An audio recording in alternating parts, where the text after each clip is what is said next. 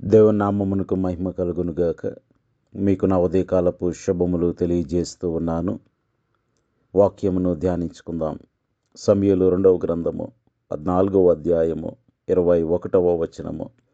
అప్పుడు రాజు యోవాబుతో ఇలాగు సెలవిచ్చెను, ఆలకించుము, నీవు మనవి చేసిన దానిని నేను ఒప్పుకొనుచున్నాను.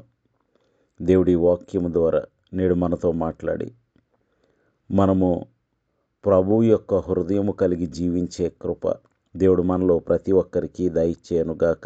ఆమేన్. రాజైన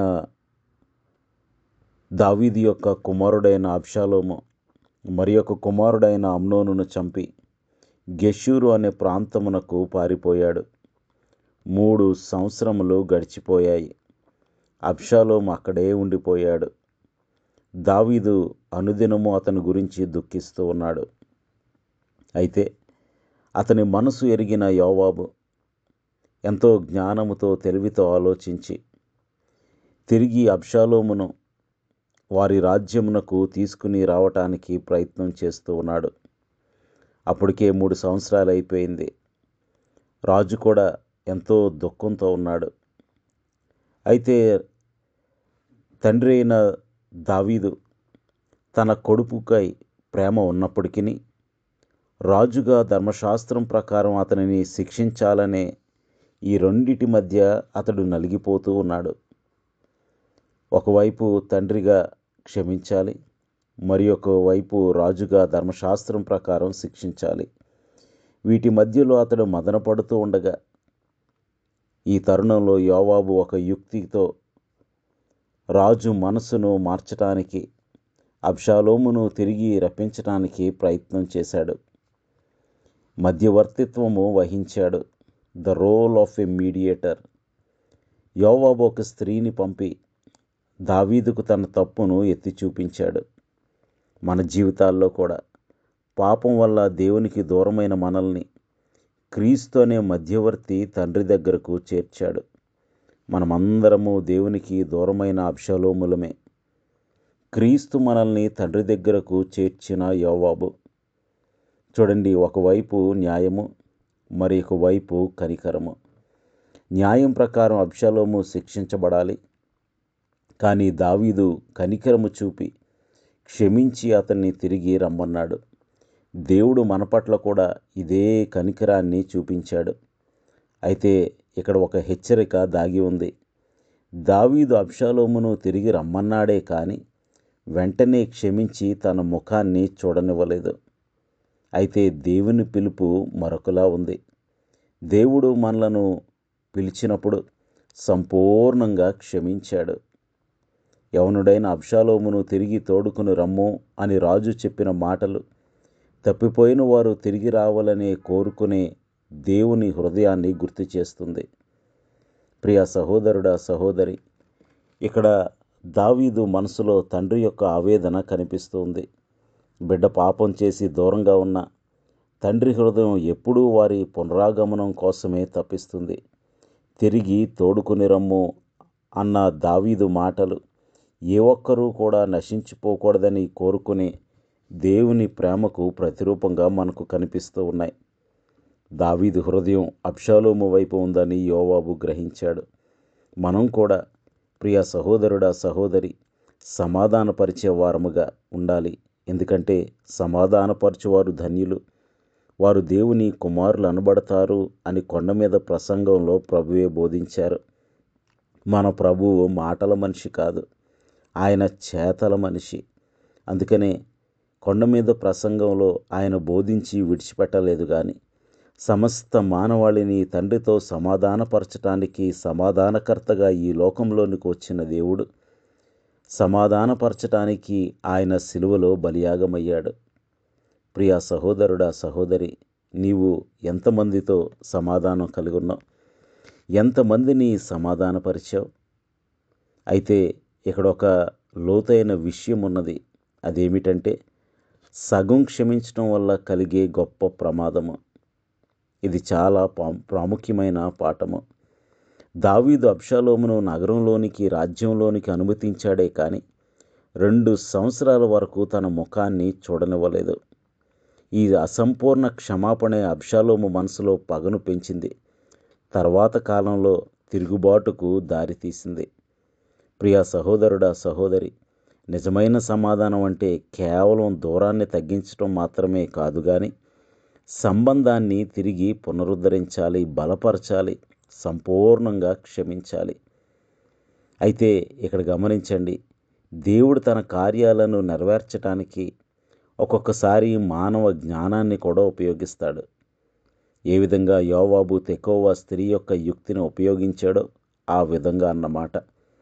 కానీ మన ఉద్దేశాలు దేవుని చిత్తానికి అనుగుణంగా ఉండాలి.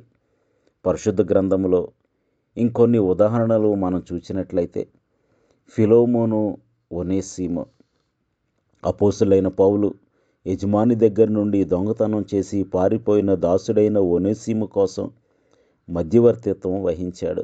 అతన్ని కేవలం దాసునిగా కాదు కానీ ఒక సహోదరుడిగా చేర్చుకోమని ఫిలోమోనును కోరాడు. అందుకోసం ఒక ఉత్తరాన్ని కూడా రాశాడు. అదే పరిశుద్ధ గ్రంథంలో ఫిలోమోనుకు రాసిన పత్రిక. ఇక రెండవ ఉదాహరణ మనం చూసినట్లయితే యోసేపు మరియు అతని అన్నలు. తనను అమ్మివేసిన, ద్రోహం చేసిన అన్నలకు యోసేపు ఎంతో మేలు చేశాడు, తిరిగి చేరదీశాడు. వారికి పోషకునిగా ఉన్నాడు. వారికి మాత్రమే కాదండి, వారి భార్య పిల్లలకు కూడా. అయితే దావీదులా కాకుండా యోసేపు వారిని సంపూర్ణంగా క్షమించి ఆదరించాడు. ఇక తప్పిపోయిన కుమారుని ఉపమానం మనం చూసినట్లయితే దావీదు కథకు ఇది ఒక దైవికమైన వ్యతిరేకతగా కనిపిస్తూ ఉంది. కుమారుడు తిరిగి వచ్చినప్పుడు తండ్రి అతన్ని దూరం పెట్టలేదు, సమయము తీసుకోలేదు, ఆలోచిద్దాంలే అనుకోలేదు.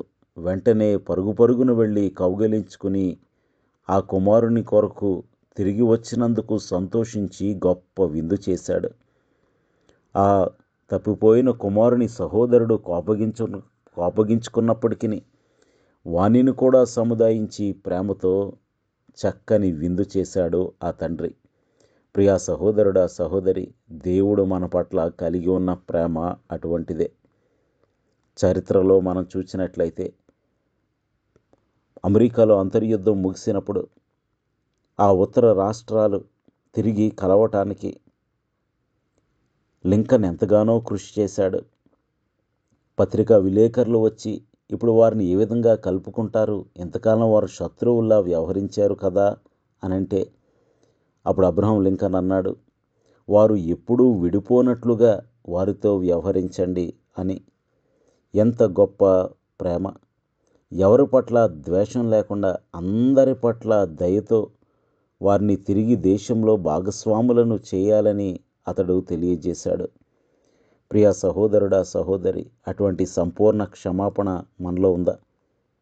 కోరీ టెన్ బూమ్ అనే గొప్ప సువార్థికురాలు కూడా రెండవ ప్రపంచ యుద్ధంలో నాజీలు జైలులో చిత్రహింసలు అనుభవించిన ఈమె యుద్ధం తర్వాత తనను హింసించిన గాడులలో ఒకరిని కలిసింది. దేవుని కృపతో ఆమె అతన్ని మనస్ఫూర్తిగా క్షమించింది, కరచాలనం చేసింది. ఇది అసాధ్యమైన పరిస్థితులలో సాధ్యమైన సమాధానం. ప్రియ సహోదరుడా, సహోదరి, చరిత్రలో కూడా మనం చూసినట్లయితే మధ్యయుగంలో చర్చి అధికారులు యుద్ధం చేస్తున్న రాజుల మధ్య సయోధ్య కుదిరించి మధ్యవర్తిత్వం వహించి యుద్ధాలను ఆపి సమాధానం కుదిర్చేవారు. మనం కూడా సమాధానపరిచేవారముగా ఉండాలి. మనం కూడా క్షమించినప్పుడు సంపూర్ణంగా క్షమించాలి. ఏదో సగం క్షమించి మనసులో పెట్టుకుని సమయం వచ్చినప్పుడు నేనేంటో చూపిస్తాను అనుకుంటే అది సంపూర్ణమైన క్షమాపణ కాదు. ఒకరిని తిరిగి రప్పించడం ఒక ఎత్తు అయితే వారిని హృదయపూర్వకంగా క్షమించడం మరి ఒక ఎత్తు. దావీదు చేసిన తప్పు అంటే సగం క్షమించడం మనం చేయకుండా దేవుడు మనలను సంపూర్ణంగా క్షమించినట్లుగా మనం ఇతరులను పరిపూర్ణంగా క్షమిద్దాం. దావీదు చూపిన అసంపూర్ణ క్షమాపణ వల్ల కలిగే నష్టాల గురించి మనం జ్ఞాపకం చేసుకోవాలి. సగం క్షమాపణ కాదు. సగం మారు మనసు నిజమైన మారు మనసు కాదు. సగం భక్తి అసంపూర్ణమైన భక్తి. అట్టివారు పరలోక రాజ్యమునకు అర్హులు కారు. మరి ప్రియ సహోదరుడా, సహోదరి, నీలో నాలో ఉన్నది సంపూర్ణ సమాధానమేనా? అసలు దేవునితో మనం సమాధానపడ్డామా? పొరుగువారితో సమాధానపడ్డామా? సంపూర్ణంగా వారిని క్షమించామా? నీ నా సమాధానము, నీ నా క్షమాపణ, నీ నా భక్తి జీవితము సంపూర్ణమైనవేనా? ప్రార్థన చేసుకుందాం. సర్వోన్నతుడును సర్వశక్తివంతుడైన మా ప్రియ పరలోకపు తండ్రి, జీవము గల దేవ, దావీదు తన కుమారుడైన అబ్షాలోమును పిలిపించినప్పటికీ సంపూర్ణంగా క్షమించలేకపోయాడు. 2 సంవత్సరాలు తన ముఖమును చూడనివ్వలేదు. ప్రభువా, దీని ద్వారానే అబ్షాలోములో మరింత పగ పెరిగి తన తండ్రికే ఎదురు తిరిగాడు. ప్రభువా, మేము అలాగుండక నీ నుండి సంపూర్ణ క్షమాపణ మేము పొందుకున్నాము గనక మేము ఇతరులను కూడా సంపూర్ణముగా క్షమించేవారముగా, సంపూర్ణమైన భక్తి, సంపూర్ణమైన విశ్వాసము, సంపూర్ణమైన క్షమాపణ ఇతరుల పట్ల చూపి క్రీస్తును పోలి జీవించే కృప మాలో ప్రతి ఒక్కరికి అనుగ్రహించండి. రక్షక, ఎండలు ఎంతో ఎక్కువగా ఉంటూ ఉండగా ప్రతి ఒక్కరికి క్షేమము దయచేయండి. చిన్నపిల్లలను, పెద్దలను కాపాడండి ప్రభువ. పనులలో, ప్రయాణాల్లో, ప్రయత్నాల్లో క్షేమము దయచేయండి ప్రభువ. నీవు మేపు గొర్రెలము, నీవు మా కాపరివి గనుక ఈ వాక్యం వినుచున్న ప్రతి ఒక్కరి హృదయాలలో, కుటుంబాలలో ఉన్న ప్రతి సమస్యను తీసివేసి సంపూర్ణ సమాధానముతో, సంతోషముతో, క్షేమముతో వర్ధిల్ల చేయమని యేసు నామములో మమ్మలను తండ్రితో సమాధానపరచుటకు ఈ లోకములోనికి వచ్చి శిలువ బలియాగము ద్వారా సమస్త మానవాళిని తండ్రితో సమాధానపరిచిన యేసునామములో, సమాధానకర్త అయిన యేసునామములో స్తుతించి వినయముగా వేడుకొనుచున్నాము తండ్రి. ఆమెన్. మీ అందరికీ నా వందనములు. ప్రభు పరిచర్యలో మీ సహోదరుడు దిలీప్ బాబు.